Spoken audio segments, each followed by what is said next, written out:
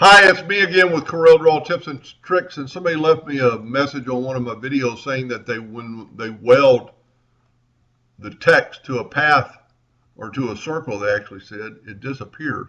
Well, this is no different than normal, so let's just do it real quick. I've got my text selected. I'm going to go to text and fit text to path. And then, of course, when you see that red line is when you're in the center.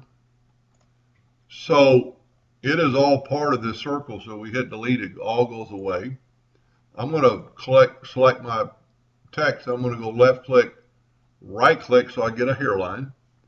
I'm going to go up and go to arrange and break text apart, or Control K. So now the circles are separate.